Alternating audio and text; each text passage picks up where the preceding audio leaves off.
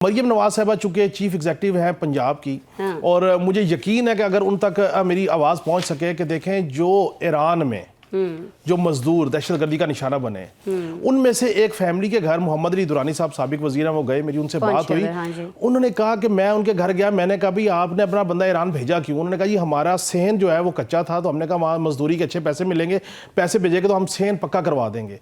ये वजूहात थी मजदूरों की वहाँ जाने की, और आज तक मां से मोहम्मद अली दुरानी के कोई हुकूमत का ऑफिशियल वहां पे नहीं गया उनकी दाद रसी करने के लिए। देखें आप हुकूमत है, मजदूर वहां मजदूरी के लिए गए, शहीद हो गए, जो भी मामला हुआ ईरान उन कैफे किरदार तक पहुंचा या ना पहुंचाए, इस मामले के ऊपर मैं समझता हूं कि मरियम नवाज साहबा को नोटिस लेना चाहिए, इस पे काम करना चाहिए। जो माहौलियात की बात है, देखिए अगर आपने तय कर लिया है कि आपने एक फंडामेंटल चेंज, आपने एक काम किया कि जी हमने ये फैसला कर लिया है कि चूंकि बाकी सारे भाई मिलकर कुर्बानी दें, भाई नहीं मिलकर कुर्बानी दे रहे, अवाम कुर्बानी दे रही है। भाई कुर्बानी तब देते जब पंजाब कहती है कि मैं इस प्रोजेक्ट में दे रही हूँ जी 300 अरब रुपया, मैं सिंध कहे मैं दे रहा हूँ 200 अरब रुपया, कभी कहे मैं कहूँ 100 अरब रुपया कि हम बलोचिस्तान को करना चाह रहे हैं।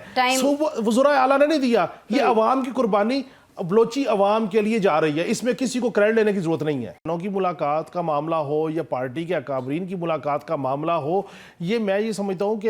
एक लिस्ट तैयार होनी होती है, उसमें चीज़ें होती हैं, और पॉलिटिकल डिग्निटरीज जो होती हैं उनकी मुलाकातों में उनकी कॉन्सेंट शामिल हुआ करती है। ये मुतवातर के साथ ना ये SOPs तय भी हुए हैं, चीज़ें भी हुई हैं, इसके ऊपर मामलात भी हुए हैं,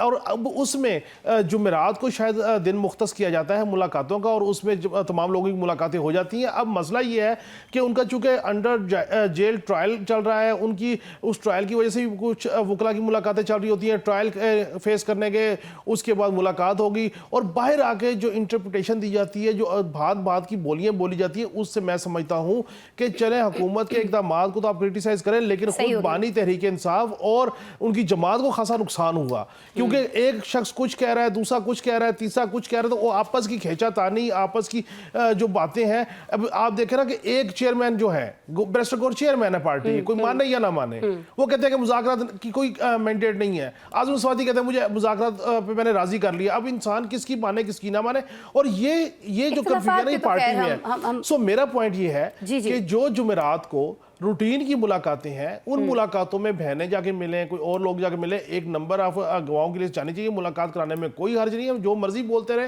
पार्टी के लोग जाने, उनके कारकुनान जाने, लेकिन इसको एक इशू नहीं बनाना चाहिए। सुप्रीम कोर्ट से जो इस्तदा की गई थी वो किसी और तनाजुर में की गई थी।